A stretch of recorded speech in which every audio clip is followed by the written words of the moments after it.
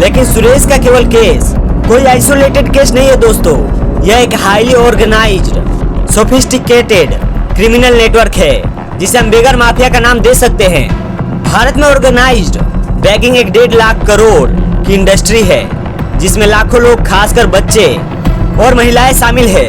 जब सड़क पर आप किसी भिखारी को पैसे देते हो, यह पैसे किसके पास जाते हैं? आखिर एक दिन में भिखारी कितना कमा लेते हैं? कैसे इतने बड़े लेवल पर यह माफिया काम करता है और क्या इसके सॉल्यूशंस है?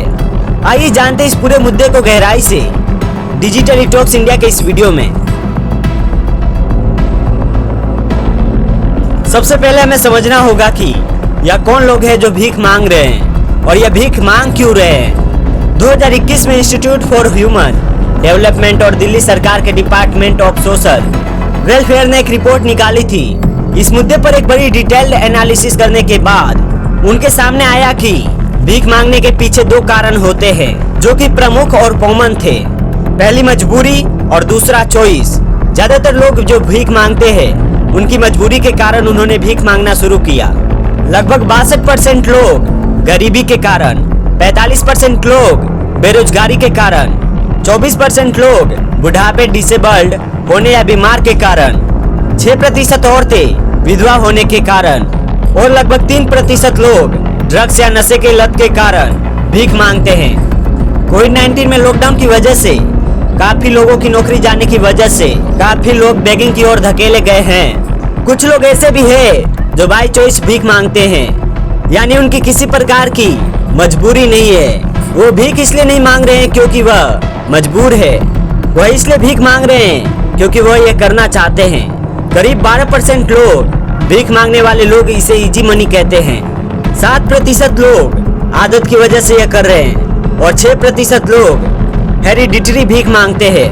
लगभग 3% लोग इसे धार्मिक कारणों के कारण भी भिक्षा मांगते हैं। इस रिपोर्ट के सर्वे से यह भी पता चलता है कि करीब 20% भिखारी भीख मांगने के साथ साथ किसी न किसी प्रकार का पार्ट टाइम जॉब भी करते हैं। कुछ लोग मजदूरी करते हैं, कुछ कबाड़ी है, कुछ स्ट्रीट वेंडर्स है, कुछ रिक्शा चलाते हैं, तो कुछ सिक्योरिटी गार्ड्स, बूट पॉलिश करना, कार साफ करना और हेल्पर का काम भी करते हैं। लेकिन रोजाना काम नहीं है और कमाई कम है, इसलिए लोग भीख भी मांगते हैं। अब जब बात इनकी कमाई पर आती है तो सोशल मीडिया पर बहुत सारे मिसकंसेप्शंस है इस चीज को लेकर। आपको क्या लगता है दोस्तों, एक भिखारी एक दिन का कितना कमा लेता होगा? जरा नीचे कमेंट में लिख कर बताओ। यहाँ वीडियो को पॉज कर सकते हो। रिपोर्ट कहती है 32% लोग रोज के 100 रुपए से भी कम कमा पाते हैं। 33% लोग रोज 100 से 200 के बीच कमाते हैं। 22% लोग ऐसे हैं जो 200 से 400 रुपए के बीच कमाते हैं और केवल 1% भिखारी ऐसे हैं जो 400 रुपए से अधिक कमाते हैं एक दिन के। अगर आप यह भी मान लो कि यह लोग हर रोज भीख मांगते हैं तो भी इनमें से मेजोरिटी लोगों की मंथली कमाई 3000 से 6000 से ज्यादा नहीं होती होगी। इसे दिल्ली में एक अनस्किल्ड मजदूर की ऑफिशियल मिनिमम वेज से कंपेयर करो जो होती है 15,908 रुपए पर मंथ। इतनी कम कमाई, और अब सोच कर देखो इनमें से कई सारे लोग तो ऐसे हैं जो किसी न किसी माफिया के शिकार है, यानी जो वो पैसा कमा रहे हैं वो खुद के लिए भी नहीं रख पाते हैं। दिन खत्म होने के बाद इन्हें अपना सारा पैसा अपने गैंग लीडर को देना पड़ता है। इस पूरे मामले को वैसे समझने के लिए पहले हमें यह समझना होगा कि इन लोगों को रिक्रूट कैसे किया जाता है। ऑर्गेनाइज्ड बैगिंग रिंग्स सबसे कमजोर लोगों को अपना टारगेट बनाते हैं। इनके प्राइम टारगेट्स होते हैं बच्चे।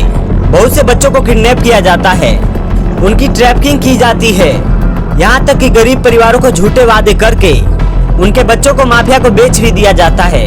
इंडिया में हर साल अप्रोक्सीमेटली 60,000 बच्चे गायब होते हैं और इसमें से बड़ी संख्या के बच्चों को जबरदस्ती बेगिंग के काम में लगाया जाता है।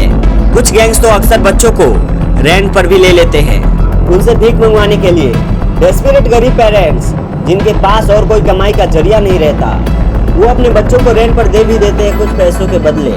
उदाहरण के तौर पर आंध्र प्रदेश में बेबीज को बेगिंग गैंग्स लगभग 300 रुपए प्रतिदिन रेंट पर लेते थे और इन बेबीज को ओपियम या स्लीपिंग पिल से सेडेटेड रखते थे ताकि वह पूरे दिन शांत रहे। रोएना एक और उदाहरण कोलकाता बेस्ड एक बेगिंग रिंग जिसमें बांग्लादेशी और इंडियन मेंबर्स दोनों थे। 8 साल तक छोटे लड़कों को रूरल एरिया से किडनैप करके उन्हें ट्रेन्स और स्टेशंस पर भीख मंगवाते थे। एक केस में तो इन्फेंट्स को कफ सिरप दिया जाता था ताकि वह पूरे दिन नशे में रहे। इसे ट्रैफिकिंग कहा जाता है। इन बच्चों को एजुकेशन और बेसिक राइट्स के बारे में कभी नहीं बताया जाता। ज़्यादा से ज़्यादा टाइम तक इन बच्चों को भूखा भी रखते हैं ताकि वह दुबले पतले दिखे, रोते हुए दिखे, जिससे ज़्यादातर लोग उन्हें देखकर ज़्यादा सिंपैथी फील करें और ज़्यादा पैसा दें। सबसे डेंजरस केसेस के बारे में मैं ज़्यादा डिस्कस नहीं करूँगा क्योंकि बहुत ही डिस्टर्बिंग डिटेल्स है।